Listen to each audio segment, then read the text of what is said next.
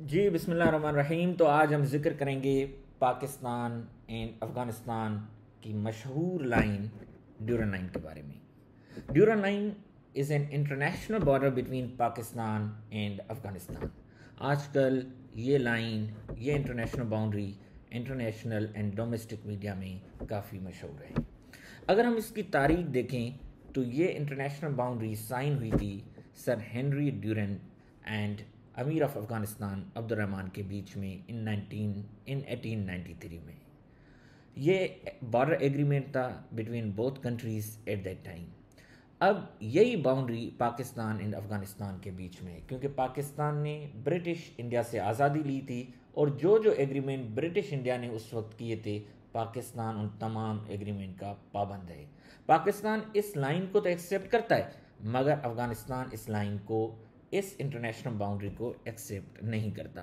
उनके मुताबिक ये कॉलोनियल एग्रीमेंट है जो अमीर ऑफ अफ़गानिस्तान को उस वक्त प्रेशराइज करके एग्रीमेंट में लाया गया था।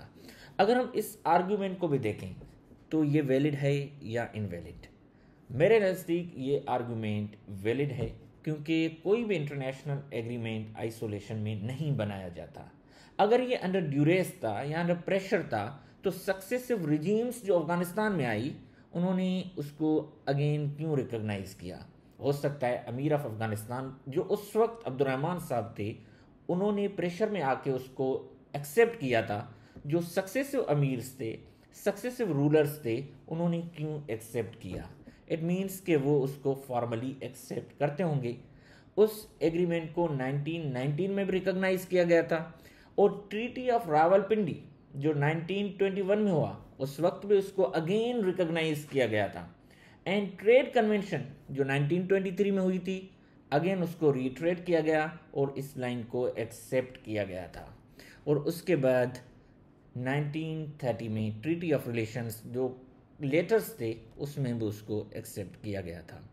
अब उस वक्त तो ये एग्रीमेंट को एक्सेप्ट करते थे जब तक पाकिस्तान ने ब्रिटिश इंडिया से आज़ादी नहीं ली थी।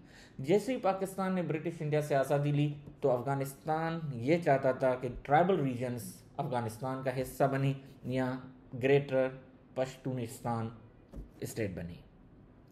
इस वजह से अफ़गानिस्तान ने पाकिस्तान की जो यूएन में रिकॉग्निशन थी उसको भी अपोज किया था और इंडियन स्टेट्स को सपोर्ट करता रहा।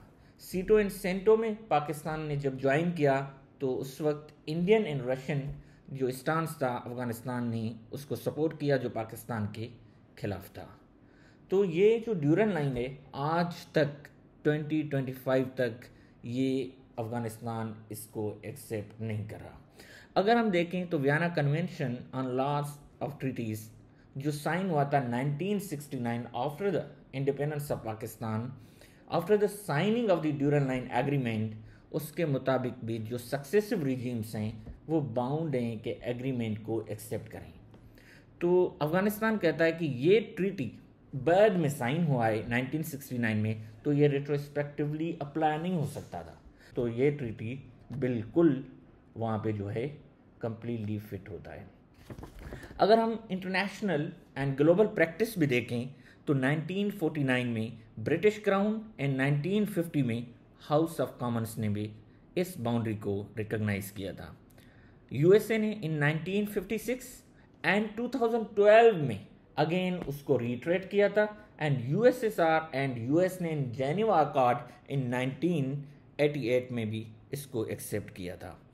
तो अगर हम इस हवाले से देखें तो ये एक इंटरनेशनल प्रैक्टिस रही है कि इस बॉर्डर को ग्लोबली एक्सेप्ट किया गया है। तो उसके नज़दीक अगर स्टिल अफ़गानिस्तान नहीं मान रहा तो इट मीन्स कि वो पाकिस्तान की सॉवरेनिटी एंड इंटीग्रिटी को चैलेंज कर रहा है। तो आजकल के दौर में हर कंट्री वो सॉवरेन है, वो इंडिपेंडेंट है। अगर उसकी बाउंड्री को एक्सेप्ट नहीं किया जाएगा तो that is considered as the violation of international law. तो इस हम नतीजे पे पहुंचते हैं कि Durand line is a genuine international boundary between Pakistan and Afghanistan. ये इशू बार बार सरफेस होता रहा है। ये उस वक्त भी सरफेस हुआ था जब पाकिस्तान ने इस बाउंड्री पे फेंसिंग स्टार्ट की थी। तो अगर हम देखें उस हिसाब से तो यूएसए ने भी मैक्सिको बॉर्डर पे यूनिलेटरी वहाँ पे जो है फेंसिंग की है। तो हर कंट्री को इजाज़त है कि वो अपनी कंट्री के जो इंटरेस्ट हैं उनके फर्दरेंस में कोई भी स्टेप ले सकती है, मगर keeping in view the sovereignty, integrity and the independence of the other nations. Thank you. अल्लाह हाफिज़।